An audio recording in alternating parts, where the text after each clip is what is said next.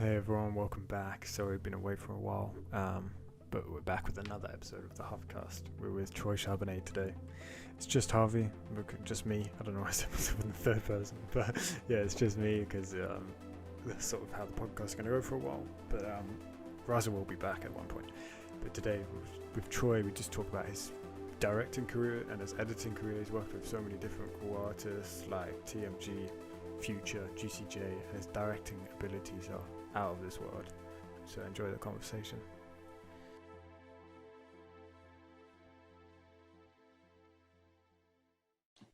Hey man, how's it going? Yo, how's it going, dude? Oh, I'm not too bad, thank you. How are you? I'm doing good. I'm doing good. You can hear me all right, right? Yeah, it's all good. It's all good. Where are you right now? Are you in LA or are you just in outside So Cal? I'm kind of close by. I'm in Orange County. So like an hour or so away from LA. Oh, okay. And how's work at the moment? Is it okay or? It's not too bad. Kind of slowed down a little bit, Mm, so it's kind of nice. I'm trying to, take the holidays off, take them slow, take some time for myself to, no, I feel that. yeah, do Yeah. certain things So I'm I've deep seen. into. I was gonna say just to start off, like I don't normally do like an introduction to the podcast. I normally Raz is with me, but Right, right. he's he's working quite a lot at the moment. He's shooting a film, which is a Huff Media film actually, like our Got you. second Okay. film. But so yeah, it's just me today. But I was gonna say like um most of our guests have come through Nifty, and that's also where I met you as well. I think it was like I was gonna say because I wasn't sure if you were directing or editing. But I saw you're sort of going in and out.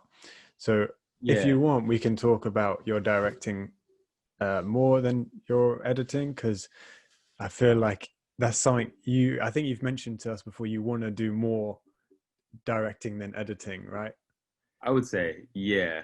I think editing is kind of where my work, really stems from. And it's something that I really love to do. But I think, eventually trying to put a little more time into directing, writing, just doing projects, that are a bit more creatively fulfilling in that regard. Mm. Whether it be like mini documentaries, such as the ones I made prior. I haven't done those in a while, so it's trying to get back in that sort of realm. I would say. Yeah, because you have a another film which like it's had a few screenings, hasn't it? But it hasn't actually. It's not out on Vimeo at the moment or anything, is it? No, no, it was a short film. That was for my sophomore year of college. Um, a pretty small film, I would say. It had those sort of class limitations, I think, where it had that, the rubric of, two characters, one location. Mm. I definitely tried to bring it outside of that class setting and put my, you know, my heart into it. Yeah. And yeah, I mean, it was great. It was a great learning experience. I hadn't made a short film in a while prior to that, Mm. so it was a little nerve wracking. But yeah, it's kind of just it's small. It hasn't made it too far. I didn't enter it in too many festivals and whatnot. But it kind of helped, for me to have that work to be like, okay, like I can make something, and now Mm. let me, move It, forward and try to bring that energy with me along with other projects. it's so funny hearing you say that as well, because like when I was making films at here we have in England the school system is really weird. Like even I don't understand because I lived in Australia and then I came back and like the Yeah. whole school system is like so the last 2 years of high school is it's college they call it or sixth form or you can go out and work and I went to Mhm. college and I just did a film course and that limitation from the like the we call them tutors or professors is the most annoying thing when you're trying to like put your heart into a film which is really touching home and they're like and it's always like that one annoying producer who doesn't know how to make films if that makes sense. Especially with me it was like He's like, no, add this. And I was like, I just can't do that because that's not what the film is. Right, And right. did you experience the same thing? Because I think in America you have, I feel like, we call it university, but college in America is so much more, um, I don't even know the word, but it's just a lot more professional. I feel like they give you that sort of creativity space. Did you feel that at all with making this film? To an extent, I would say, definitely still learning how to navigate around things like that, and just, figuring out to what extent my creative voice can kind of, I don't know, just propel forward with, all the feedback, the criticism, and things like Mhm. that. And it's definitely a challenge to figure out, what criticism to take and whatnot. Um, and there are definitely limitations. There are definitely, stories that I've been trying to tell and pitch and whatnot, and they're very honest stories. And I'm not too experienced in that regard of, being so honest and vulnerable. And I think once you're in that sort of position, for me, it's like, pitching things like that, it becomes more of like, it's hard to take criticism, Yeah. especially in the sense that it's like, okay, I'm being honest, and there are people that are going to tell you that it's not honest. And then it's like, where does that leave us? How do I move forward and, get past my own perspective? And I definitely found myself just being too stuck in my head about ideas. And, it got harder and harder to take that sort of criticism. But it's also, the vulnerability aspect of like, those are the stories I really want to tell. And, it's definitely very difficult to be vulnerable in that sense with a lot of the short films that I'm trying to make and whatnot. But I think at the end of the day, that's kind of the direction that I want to head it towards. So Mm. Yeah, it's funny how you mentioned the sort of criticism and everything. I always feel like now I've just finished writing my second feature film I want to make. So I've taken a break off like social media, and because when I was doing Huft, I was just putting out social media content every day. So I took a break, so I just write this film. And for this film, previously when I was writing, I'd finish film, get everyone to read it, and then everyone, my teacher, my English teacher, she'd give me advice, and then my film teacher, she'd give me advice, and my friends and my family. And then it was like I got to the point where I was trying to please everyone. I stopped pleasing myself. Um, so that with this film, I haven't shown it to everyone. I didn't show any of the planning. I spoke to Raza a little bit about it. Um, and and I feel like when you please yourself and you just make it completely honest with yourself, you make the best work. And that's why I sort of follow this rule of my life. It's just of work. Just be honest, just be honest, just be honest. Because whether it's good or bad, you sort of take that like some inner feeling outside of you, which you're like, it could be like you're annoyed, your hatred, your love for anything, and you just take it out and you just hold it and you can admire it by looking at it, sort of thing. And that's what, like you're saying, once you sort of start taking that criticism on, it really hurts you because you're pleasing everyone else. And I was most wondering, definitely. is that how you feel with your work at the moment, or? Yeah, most definitely. I mean, I think you kind of, said it in a very, solid way. I think it is, trying to figure out that line between, or I guess kind of always just, you know, putting myself back into um, just questioning my intentions, I think, and making sure that, I'm being rooted by something, that is, myself, that could, stem from my honesty or that vulnerability. I mean, I think like, it is that work that I feel like really inspires me when artists are just very much themselves.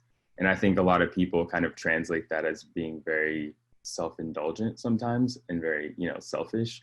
Um, but it's like, at least for me, I've realized how hard that is to do so. And it's like, if you're able to share yourself, if you're able to be vulnerable with an audience, with, who you are, and put it all out on the table, people will connect to that. And it's not easy by any means. I mean, I think, like, there's a reason the medium is used to a certain extent by, a certain amount of people in that way. We're not having a lot of these conversations and being vulnerable in, our own lives in many cases. And I think, like, to just put it all out on the table, people will connect to that, hopefully. And if they don't, then, it's not for everyone. But I think it's kind of just with that belief of, like, that's hopefully what I'm doing it for, for people to connect and be able to share that sort of, whether it be pain or joy or,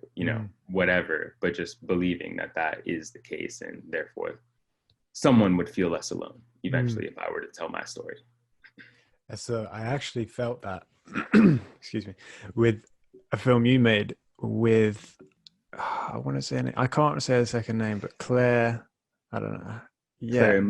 Yeah, that film was Rough Waters, right? And it was like, when I was watching it, I remember just being like, how is this Katie? How is she just so okay with talking about this? It blew my mind, because some of the things she was saying really hit me, and I'm sure it hit many, many people who have watched the film.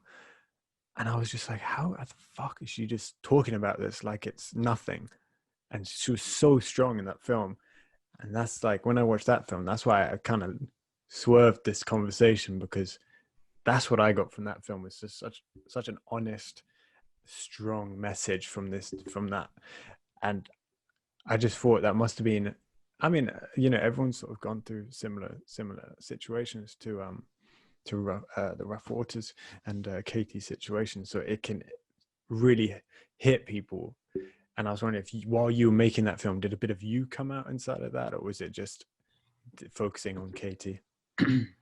I think so. I mean, I think it was, very minor, but I think it definitely struck a chord in me while I was making it, from what I recall. And I think at the time, she was a great speaker, and she was able to articulate her thoughts, to a T, and she was able to just go really in depth and talked for, a good amount of time just about her experiences.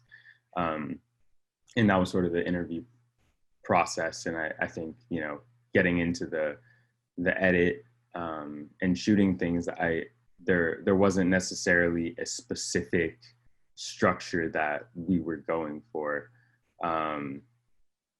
There were, some ideas and some feelings that we felt would correlate with the images that she presented. But I think once we, got into the edit, I think it was definitely, a lot of different footage that was, kind of obscure or just pretty random at first.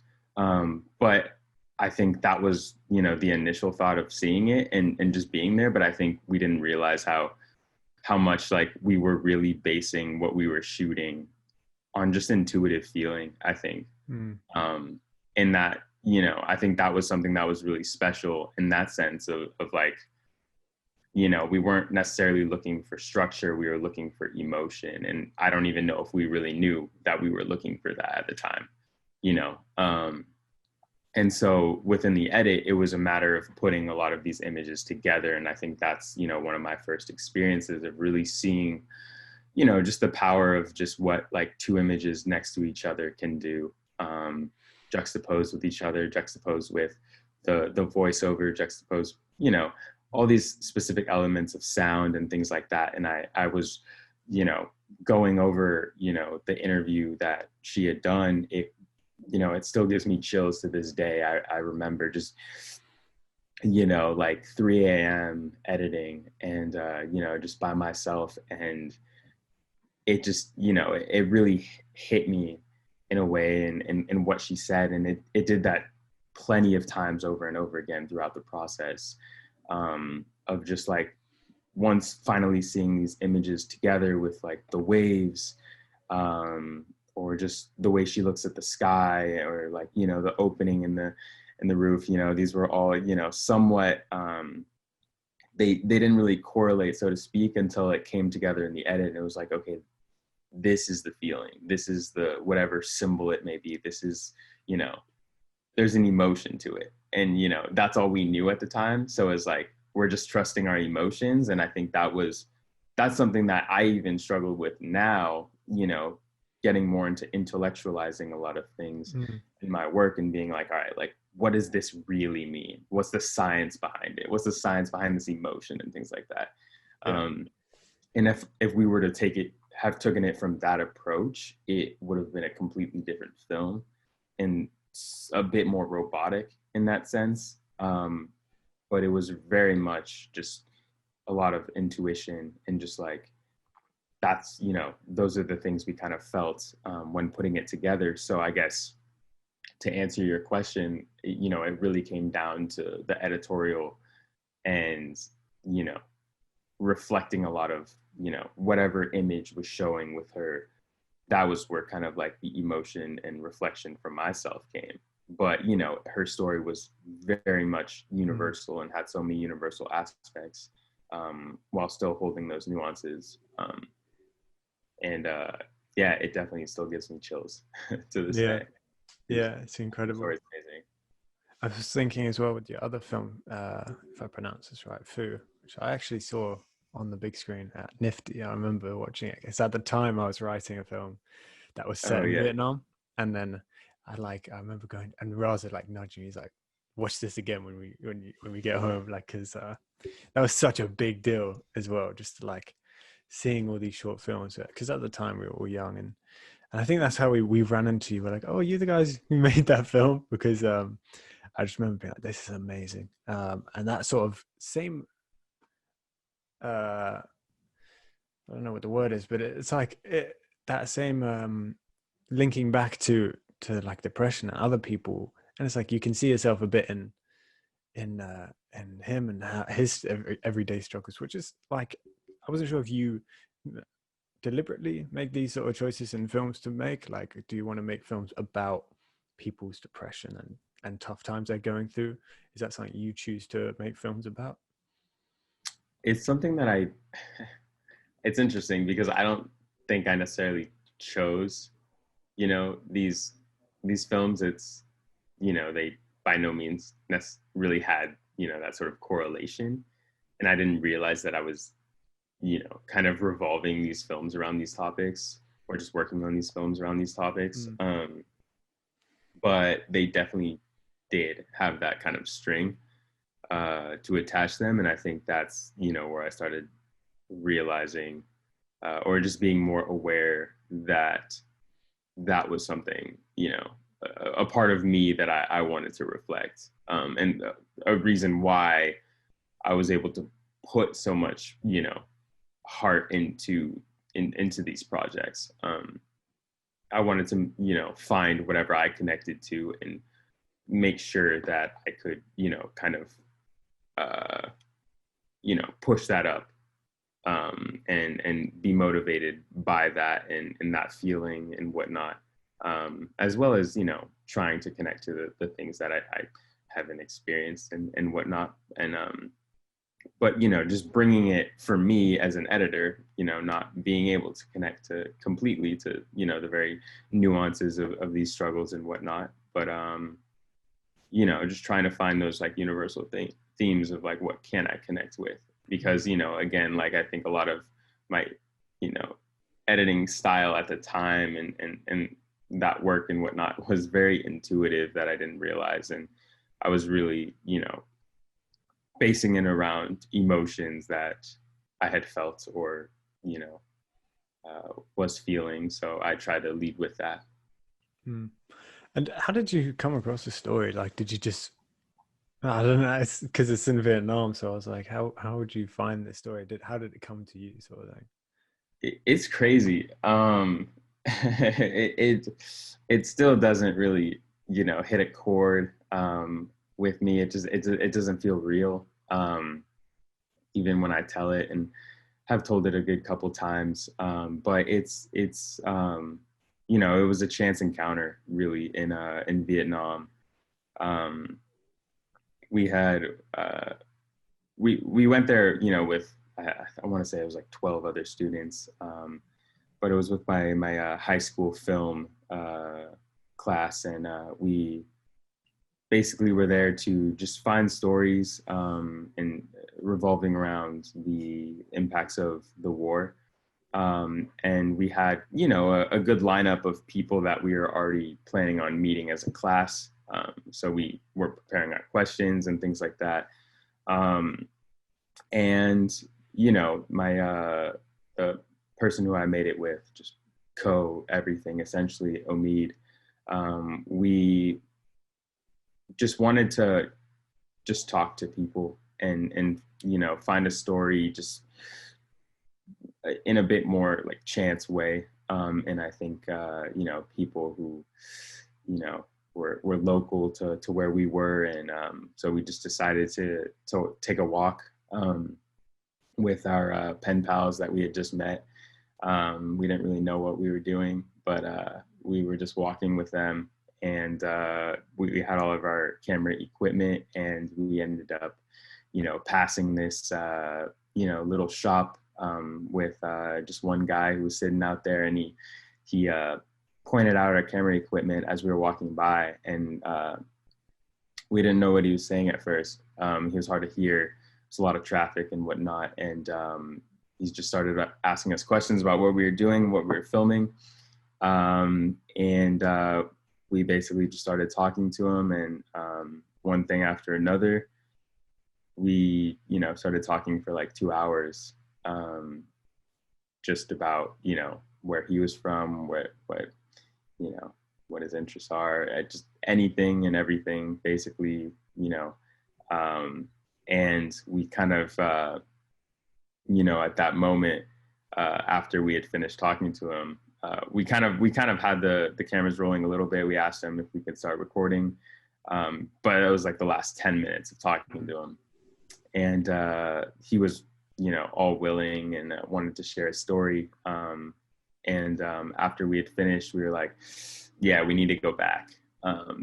And really, you know, prepare questions, and because, you know, he had a story that I think just by talking to him for a couple hours, we knew, you know, it was definitely something that had impacted us.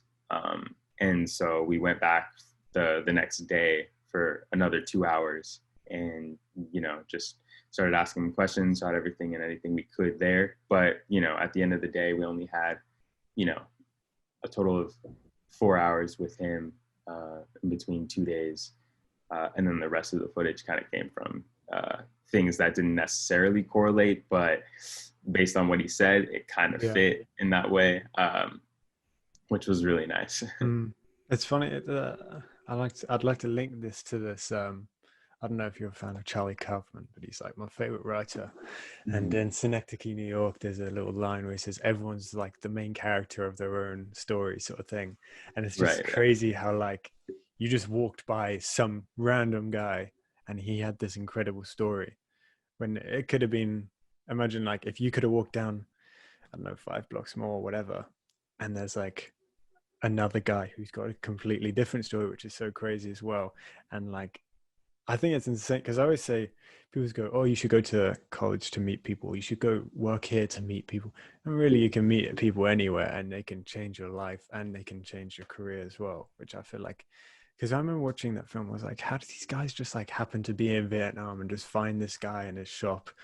But man, I've been trying to go to Vietnam for years. I went to Cambodia, and it's weird because I've met similar people like him. And I remember going home or to the hotel after, and I was like, I should just fucking go to Cambodia and do that as well. And because I was so inspired by that film, which is just crazy. And then we bumped into outside that burger place. I think it was. Yeah, no, I remember that. I do love Nifty. I'm sad I haven't been back since. But it's so good. It's so good. It's such good fun because like everyone's there for the same reason, and you just like, you can talk, you meet the randomest people. And like we did the podcast with Kyle as well, and he's just the coolest guy as well. Yeah. So I was going to ask you actually. So when will your new film be like out for people to see? Um, I'm I'm not too sure, to be honest. I mean, I think it was picked up by film distribution, one that had taken a lot of nifty films, and just posted them on their site, for a couple months or so. So it's kind of going through that cycle right now. Well, yeah, I don't know. Maybe a part of me it's that I don't know, that difficulty of sharing my work. Maybe that's why I've kind of delayed it for so long. But I've shared it with some people just based on a private link. But then again, I'm not too familiar with all the different ways in which a film could have the most impact in terms of releasing and things like that. But I don't know. I've definitely distanced myself from this one a little bit, and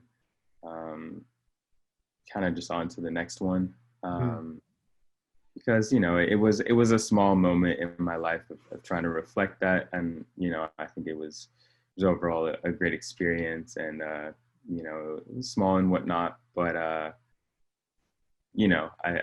I don't think it is one that necessarily needs a big release to for me at least. Okay, no, I get that. Yeah, just on to the next one, I guess. No, I feel that as well.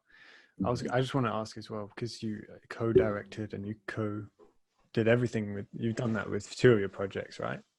Mhm. Do you find that hard? Like working with another director at the same time? Because if you're both trying to do two different ideas, Right. or which is the same idea, I feel like with documentaries, especially like when I was doing my documentary Permanent, which we just released, it's like it it started going this way and then out of nowhere it just suddenly shot a different way, which is a bit like I've heard Orlando von Eisendale says with Virunga, if you've seen that film. Like Mhm. Right.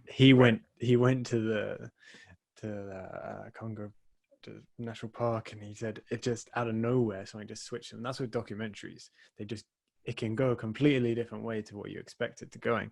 So I was wondering, while doing that with someone else, did your idea sort of go like that, or is it like quite easy to work with? I mean, thankfully for the couple of experiences I had, they went really well. We had very similar ideas, but we also, just based on the way I think we worked, I think we had an idea of how to sort of separate the work that we were doing, and what our positions really were on the project. I think for both of the pieces, I think it was already established that I was going to be more so in regard to editing, and whatnot. I guess mainly for Rough Waters. Claire, she was the producer, so she initiated the whole thing. She found the story, and she already had some ideas set out, in terms of just visually, and I kind of just pitched in and did what I could with that, as well as just trying to figure out how to piece it together while there, just on set, for post. And I think like she kind of already had an idea of what, like, positions that I would be able to kind of fulfill, such as more so just capturing the water sequences and whatnot. So we definitely knew what our strong suits were, and kind of what the direction we wanted to take, so to speak, even though it definitely didn't, it was close Foo, I think, was a different story. That one, we had no clue where that project was really going. We didn't even know if we had enough footage. We didn't know if the audio was great. Um, I think with that one, it was a matter of, I think with Omid, I share very similar, um, perspective towards the what we wanted to create, and but then again, it turned into something that we definitely had no idea we even had enough for. But that was partially why I think it kind of worked too, because I think we had low expectations, and it definitely, when putting it together, I think it was a lot of, for me, in the edit, of just trying to see what we could do with the shots and the VO and sound and whatnot, and capturing that sort of feeling. But yeah, I mean, we didn't really receive much feedback in the process, if at all. And I think, I would say that kind of helped us in the sense that because we were at a position where it was very much experimenting and not really knowing where to go, we, didn't want to be limited based on what we had. And I feel like that sort of feedback would have kind of kept us in that zone. So that, I think, really helped at the end of the day. Yeah, I was going to say it must have helped as well, knowing. So you and Claire were kind of familiar with what you were good at and your sort of pros and cons a little bit, and that probably helped you sort of shape a way of, I'll do this, you do that, because these are my strengths and these are my weaknesses, sort of thing. That probably helped, especially because you did it twice, didn't you? So it was like you probably had to. Which one? So you did Rough Waters after Foo, was it? Because you did Foo in 2017, or? Yeah, so Foo was 2017 and Rough Waters was 2016, I Oh, want to say. okay. Yeah, so that one came first. I thought that came after. Ah, my bad. Because then I was thinking you must have like learned from, like you said, you didn't have like an idea of where it was going. That you probably took that back to Rough Waters, but then Mm-hmm. that's completely fucked my question. But but I guess, yeah. I mean, that's Similar. probably, Yeah, yeah. I think you're getting it. But yeah, I mean, even if you switch it, I think it was kind of similar in the sense that a lot of what Foo came out to be was a lot of, based on the experience of Rough Waters, and how that turned out. Yeah. Um, yeah, I feel like So that would. with Rough Waters, I have a question about this because I wasn't sure if this was intentional or not, but I heard like water imagery in what Katie was saying, and that's why I thought you chose to put the waves in and stuff. Was that intentional? Yeah, yeah. So she had a poem.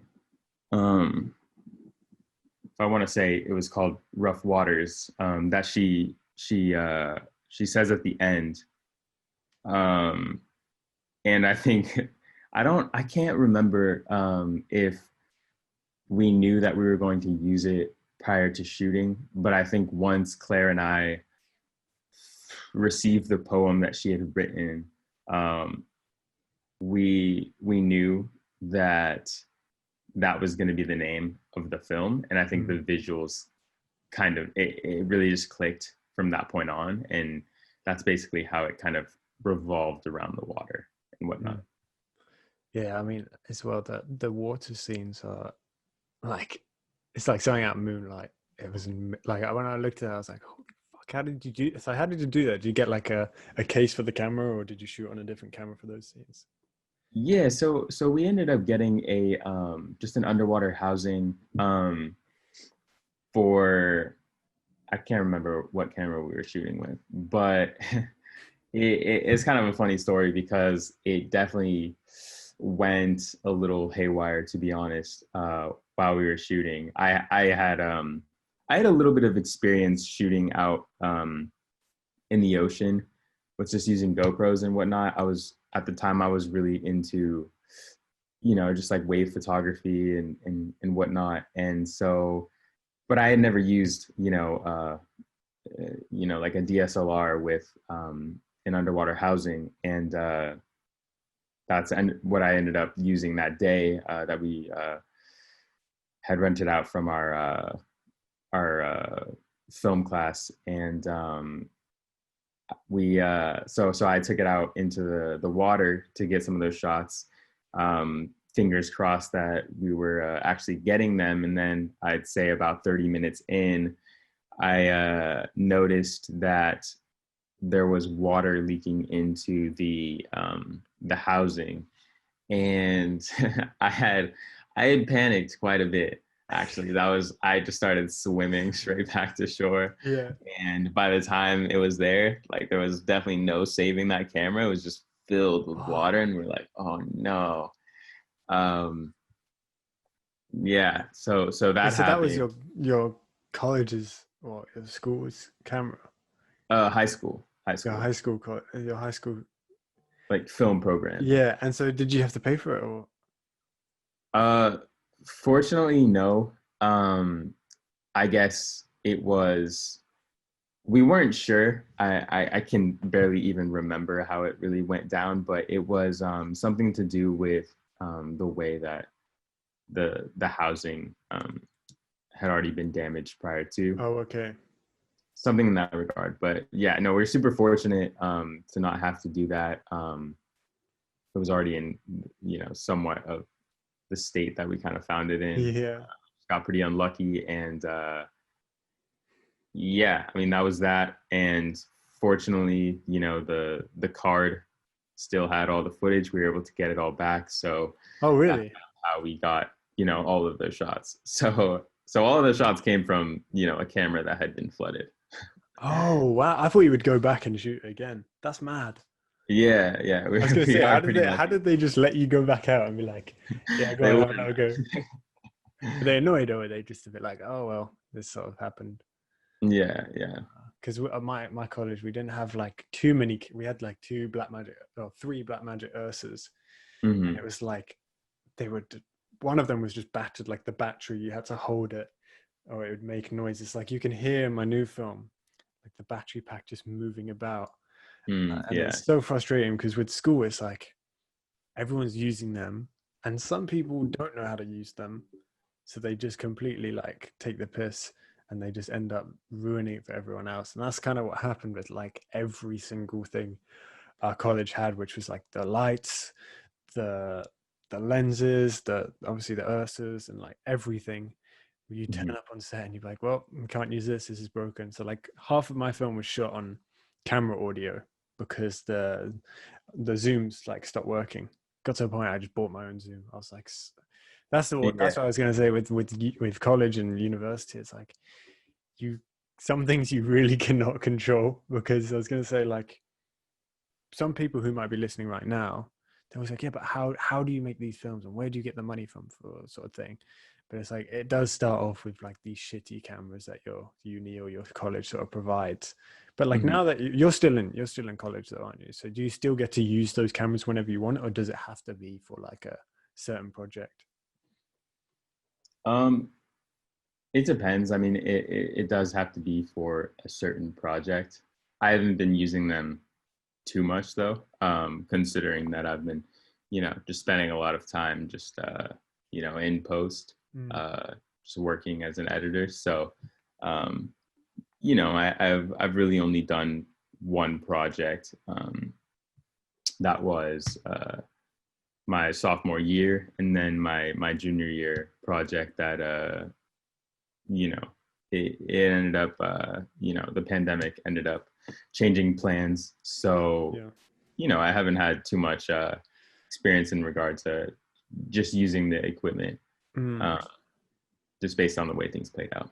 Yeah, well, I mean, in editing, you're doing a thing as well. Like, you're doing like, I think like one time I was like, "Do you work with him?" I was like, "Man, like you," because like it's crazy because I know so many editors, but like, yeah, but how do you find these people? Like, you've worked with Future, Juicy J. I see you doing your thing with Noel Miller and Cody Ko. I'm big fans of them. Those guys are fucking hilarious. They're so funny. Yeah, they're hilarious. And you're also you do a lot of work with Marshmallow as well. Because I remember you doing that when, like, not too long after I met you. I'm like, Mhm. wow, this guy's working with Marshmallow, and then it just grew and grew and grew. When I saw you working with like TMG, I guess that's what I'd call him. I was just like, because I listen to that guy. I can't sleep at night, so I listen to podcasts, and Right. TMG is like my go-to. So I just listened to that, and then I saw you worked with Broke Bitch, and I was like, this guy's going off doing his thing. But I was gassed. I was so happy for you doing all this work. So how did these like opportunities just come back? Is it sort of like a domino effect where you work with Marshmello, which led you to like Juicy J, and then from Juicy J you go to all these other rappers, or how does it work? Yeah, I mean, I think it is, like you said, a domino effect. That's a really good way to put it. Um, because I think for me, it was never really my intention, or just, sole motive to be like, when I get into college, I think one of my goals is to edit music videos. I was never like that. Um, it was just always a part of the process that I really enjoyed editing. Mm. Um, and I think, for me, once I started getting into, some of the first projects I was able to work on, which were the Foot Locker ones. Um, I was putting, 110% into them, and not really knowing what was going to come out of it. Just really focused on just, the project that I had in my hands at the time. Um, and essentially the work ended up just coming, after that, after each project of me just, just focusing solely on that. And yeah, I mean, that's kind of how it went down, very much as a domino effect. And I was able to build up my portfolio a little bit by just, you know, if I just focus on this project, put 110% in, we'll see what happens. And then, they send some more work after, and the projects were pretty small at first, until until they ended up building up and up, until, that's kind of where I am today. So it's still kind of like that in terms Mm. of the process. So with like when you work with those same sort of artists over and over again, is it because like the director of those music videos is like, I want to hold on to you because I like what you're doing, or is it the artist is like, Troy's making some sick, like really cool editing skills in these videos? That's what I was a bit curious about. Is it like the artist holding on to you, or is it the director being like, this guy's good, we need him on board? So it's typically, in most cases, like 90%, maybe 95% of the time, it's typically the director, Hmm. or the production company. Hmm. Sometimes DPs as well. I feel like those are kind of the most important relationships for an editor. The artist, not so much. I haven't really had too many experiences working directly with the artist. Um, and also I think because, part of it is, it's not really the greatest thing when an editor hears that the artist wants to work with them, at a certain point within the process of editing, uh, with the director and whatnot, because, that typically means that the artist becomes, they can be Yeah, very, demanding. micromanaging, Yeah. or, just want to see, which makes sense. Hmm. But then again, it's trying to minimize that sort of, you know the work that, if an editor to work with the artist, it would be much more work than Hmm. than if the artist were to communicate with the director or production company, um and whatnot, unless the artist is like the director, such as Noel's case. Yeah. um you Which know he's sick at that as well. Like I remember when I first came across Noah, I was like through the podcast thing that he does, him and Cody do, and and then I saw he was directing the thing that you edited. I didn't even realize that until I checked it out because I saw it was on your story. And does he also co-edited it? One of them, wasn't it? I saw that in the Yeah. credits. So how's that? How do you co-edit something with like? Because I feel like an editor is, when I'm editing, I'm normally just in like my zone, my laptop sort of like there's a shield, nothing sort of gets in or out. And I was wondering, how is that working with the director who's also an editor? Yeah. So, I mean, essentially, that was mainly for Broke Bitch, which was my first project that I had worked with them on. And so, just first time working with directors and whatnot can be a little tricky, and because they have their own style, and by no means do I ever have the ability to just like accurately hit a style of a director on the first run. There are a lot of times when I miss. So, for Noel, he had edited a lot of his stuff, I believe, prior to. And so in terms of the collaboration, I had hopped on for that one and had done, the first cut and whatnot. And based on, the notes or whatever style they were going for, they kind of just, I pass them the project file and they work on it a little bit, they pass it back, and it's kind of a back and forth, but we never had to do a, kind of like a full-on session, so to speak, to get it done. We were working in our own, remote, isolated, whatever it may be, workspaces. But yeah, that was kind of how the collaboration went down for that. And then it does help in future passes of like, okay, this is what they're looking for when they edit it, or put in their sort of spin on it and send it back, and then it's like, okay, I need to follow this as a guideline now. Yeah. Okay, so if like an editor who's listening right now, because I know so many editors who just don't understand how people just get work, like they just get it out of nowhere. It's like that sort of thing. You need the experience to get the job, and then you need to get the job to have you need sort of thing, and it doesn't really add up. And everyone's sort of like, but how are they just working? So like when you got asked to do this by TMG, who are like two YouTubers, after were they looking at like all your work with maybe Marshmallow or whoever it may be, and they're like, okay, we want him? Or is it like you approached them with the job? So it wasn't them necessarily that approached me. It was the DP Nima Sadeghi, and I've worked with him quite a bit. I knew him in high school, actually. It was one of the first music videos that he directed, and I was still a senior in high school. And he, I guess he had trouble with an editor while he was working on it, and wanted to pass it on to me to see what I could do. And I was, I was still trying to pass my anatomy class at the time, and I had a test the next day, and he just came to me and asked me to edit it. And that was the first time, I think, like, I don't know, I never really saw myself in that sort of editing position until then. That was the first project I was like, okay, someone is asking me to edit something that's, something outside of the high school, I don't know, that network. And it was, I was kind of confused at first. I was like, I didn't know if I could actually do it or not.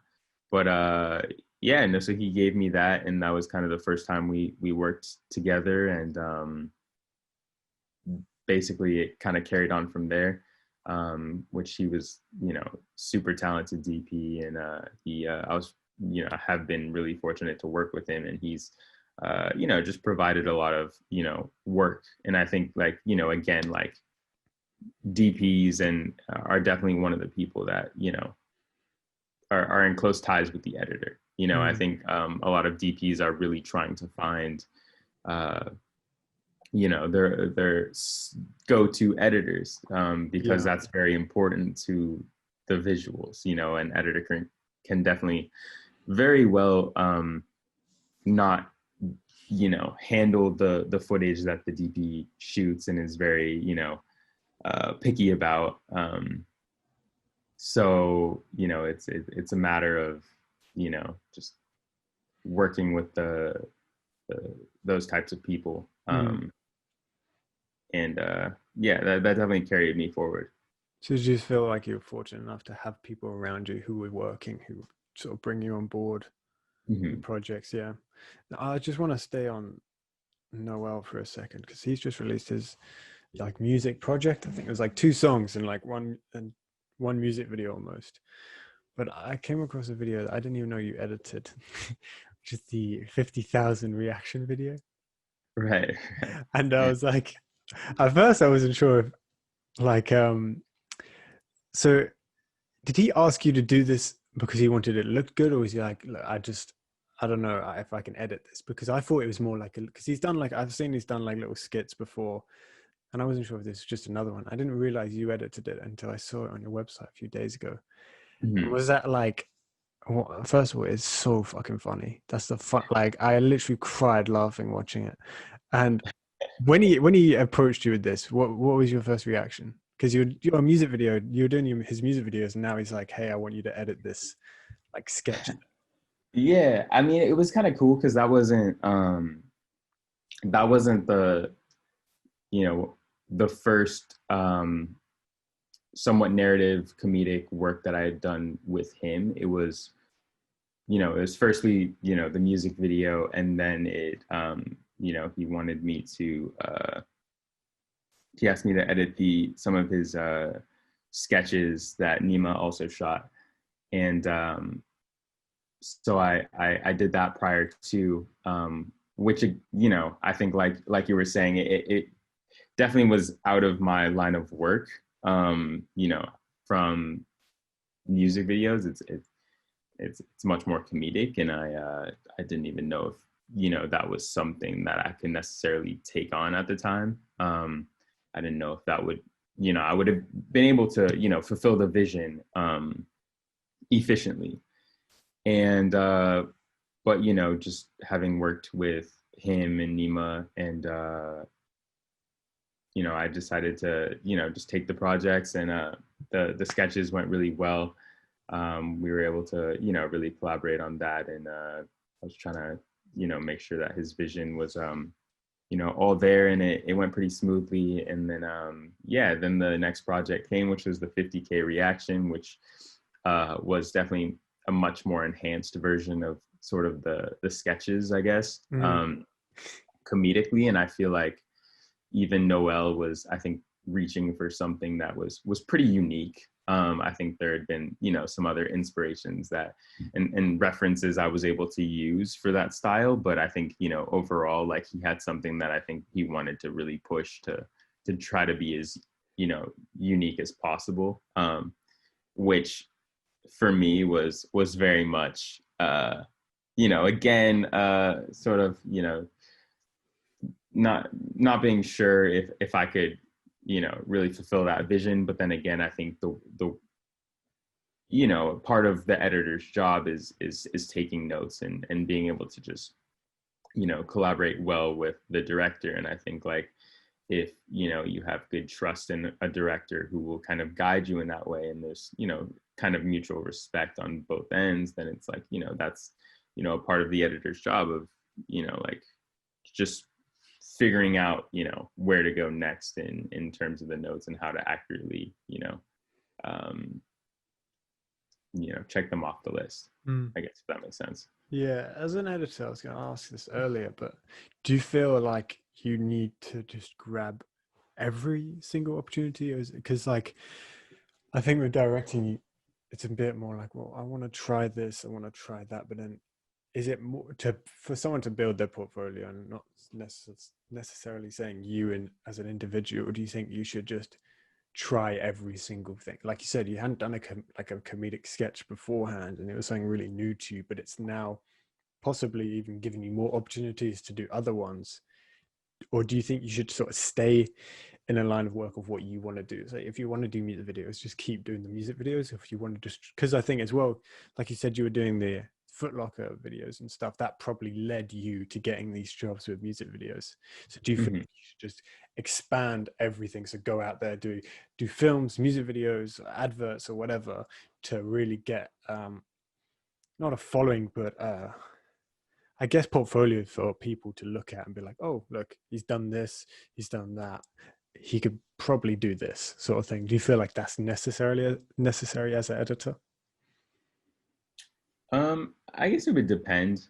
I think for me, I really enjoy trying, different styles out because I'm not sure what my style really is that I gravitate towards the most, at least right now. I might have said differently, like a year ago or a year or two ago. But I really don't know. And so I think just trying out new projects and styles has definitely helped in a lot of different ways, even for, music videos. And, again, there's always the experience of differences in collaboration and being able to kind of carry that over back to the projects that, let's say, if I were to, stick with music videos, it still all kind of is in the same bubble, as an editor, because I think the editor's job is not solely the style of the piece, but I think there's a huge collaboration aspect to just being versatile in that sense. So I think that's what those projects that are very much different than that line of work, I think that's what they do, in at least for me, in providing those experiences and working with different people and totally different visions. Because I think a lot of, if I were to stick with music videos, let's say, the visions can be pretty similar, to a certain extent. And I think it definitely helps to kind of just step outside of that comfort zone and try new things. But then again, I also have no clue what the projects that really, I really want to stick with, at least right now. Yeah, no, that's fair enough, I think, as well. And you could say that as a director as well, like, because you might be doing, you've got your two, like the two documentaries or three. I don't know much about Still Here, but is that a documentary? I was just gonna ask. No, so that's a short film. Okay, so you're even trying that with directing as well. So you could be doing documentaries and like these short narrative films as well. Yeah. But with editing, there was one last thing I wanted to bring. I talk about editing, and then we can talk about whatever else. So the video No Miami, like that's like one of the best music videos I've seen. I loved it. I don't like, that's not my type of music. I kind of listen to any type of music, but like I was blown. So did you do that all by yourself? In terms of editing, Yeah. um, not really, to be honest. I mean, that had a pretty big team, and I was just one small, aspect of that. The director Arad, super talented and really hardworking, and he had the vision, and I was just fortunate enough to kind of help him get there. But when a director really has a vision as such that, he knew all the components to it prior to getting into the editorial, and so I think it was very much in terms of editing, a collaboration between him and I, but him really just guiding the way to Okay. get there, Mm. as well as VFX coming in and whatnot, and absolutely killing it, Yeah. in that regard, in terms of Juice World and. Yeah. Yeah. That's what I was thinking about. I was like, Mhm. I was blown away with that. And I wasn't sure if you did that by yourself because I saw you did that in the song with TMG Sophia with the eyes. I wasn't sure if you did that as well, or if you Yeah. had someone else just help you out with the VFX. Right, right. Yeah, so that was a VFX artist as well. I I've done minimal VFX in the past. Sometimes I take on, these small scaled VFX, but typically, it really helps as an editor to kind of just hone in. If they have a VFX artist, it makes it that much easier to just be like, now I can, really focus my time and what I have on the cuts and just the story as a whole, and things like that. So yeah, but that one there was a VFX editor, a VFX artist on. So Mm. Okay. Yeah, I mean, the I've just with the the Juice World thing, I thought that was it was just like I was just so blown away with it. I was just like everything was so creative, and I really do like that music video. And but yeah, I just think you're doing so well with the editing as well, and thank the you. directing. It's like you're killing it, and it's like you're so young as well. I mean, so am I, but like just the only way is going up. Are you planning on doing any feature films when you finish university, or is it just like a short films for now and just see where it goes? Probably short films, I would say. I mean, I think I don't know. I mean, I think potentially uh, feature, we'll see. But I think for now, it's smaller scale things, Mm, along with editing and seeing where that would take me. But I mean, I think like mini documentaries, I would love to get back into. yeah. Uh, 'Cause I haven't really had much time to dive back into that. So Yeah, I was gonna say because you're editing so much, is there gonna be a time where you're just like, I'll leave that for a bit and I'll come back to it, but I want to do my directing and filmmaking from Mike, or is that who you're sort of planning on doing? Just doing I a bit of hope so. I both. mean, I think it's difficult when it's difficult to balance with school. Right now, that's been one of my focuses as well. Mm, Just making sure I graduate. Uh, and so I think it's that's kind of the balance that I think I'm focusing on right now until graduation comes next spring. So then I can really start honing in on what I want to do and whatnot. yeah, yeah, because you got endless amounts of time as well. Like, because you do a lot of photography. I've seen your photography, and I wasn't sure if that was some of that was that in the same trip as when you went to Vietnam, or do you still like just love going out traveling and looking at different parts of the world, taking photos? Yeah, so those were a different trip. Um, Probably in the span after Vietnam. One of them was when I was studying abroad, and we went to a couple different countries, and so I, had the opportunity to, just take my camera out, and I was focusing much more on just photography Mm. and whatnot during that trip, and I didn't really take much video at all, but that was kind of my focus. It Um, seems like you just like doing whatever you feel like doing, which is something I feel like a lot of filmmakers or artists in general sort of steer away from because they're so worried about, where's the paycheck coming from or whatever. And that's something I feel like as well. I'm a bit like, I want to just, like, I love music, love film, I love photography. I want to go take photos. I want to make an album. I want to play gigs around London, and then I'll come back to filmmaking. And I feel like a lot of people don't. I'm not saying that's good or bad, but I feel like people put a lot of pressure on themselves, thinking like, I need to make this film. I need to make this now. I want to do this by the age I'm this, or whatever it may be. And it's good that you've got that like calmness. I'm gonna see what happens. I want to make short films and then see. Which I respect a lot, and I respect your work rate as well. Like, see, you're thank like churning out videos, like edits every week. I'm just like, damn, do your thing. You're doing great. Like, I respect it so much. I Yeah, think I appreciate that. It's it's not so always easy for sure. yeah, no, yeah, but it's so cool when I see like when you see someone who's doing something that you just like enjoy. Because I love comedy. It's one that's why I like TMG. That's why I mentioned them quite a few times because I just think those guys are so fucking funny. They're the funniest guys I've ever seen, like Yeah, or most watched. definitely. I was going to say, are they funny in person? I just want to know this for myself. This isn't for the podcast. I just want to know.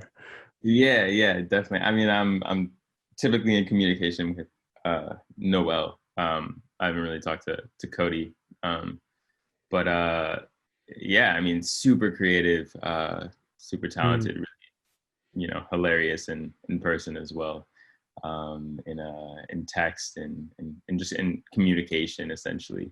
yeah. Um, but yeah, no, I mean, it's super inspiring to work with, people, like that, and just get to see their work ethic, and they're creative, and just being an editor is kind of like, you're kind of like that chameleon where Mm, you really get to work with a lot of different styles and artists and whatnot, and just, mold to those specific aspects. Um, Definitely been trying to do a little less molding, and I think sometimes it can get a little bit carried away of like, I have no clue what my interests as an editor are mm, anymore. Sometimes it comes down to that, and I'm just like, like it just feels like I'm just molding, without yeah. any sort of thought. So yeah, it's always that sort of balance of just taking a step back as well, and working on that.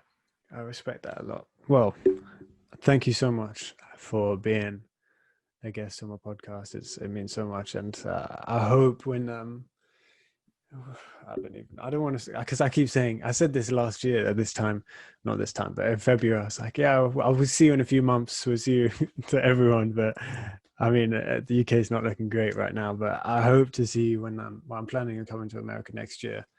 So if I pop through California, I'll definitely hit you up, and we'll, you know, I don't know, we'll hang out or something. I really Yeah, most appreciate you definitely. being a guest, and yeah, keep doing your thing because you're doing great. And I'll have one request actually. Can I Yeah, can I see can I see still here? yeah, most definitely. I could send you that link. All right, perfect. Thank you so much, bro. Have a nice day, yeah? Yeah, thank you for having me. I really That's it. appreciate it. Oh, before you go, do you want to Yes. like plug your stuff?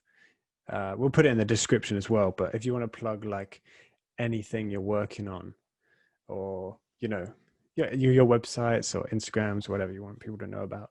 Yeah, it's pretty. Yeah, I guess all my stuff is kind of simple. It's just my name, Troy Charbonnet. So my website, troycharbonnet.com, and then my Instagram, Troy Charbonnet.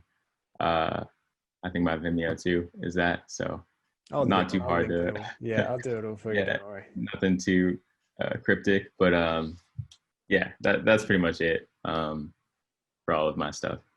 Perfect. Thank you so much. Yeah, Yeah, I'll thank speak. you I'll again speak for to you having me. soon, though. Yeah, and we'll catch up properly. Maybe like less formal to podcasting, like less like, oh, this question, this question. We can have a call at some point and just chat. Yeah. Yeah, most definitely. All right. We'll Cool. we'll keep in touch for sure. Of course. See you soon, then. Yeah. All right, I'll talk to you later. See ya. Thank you, man.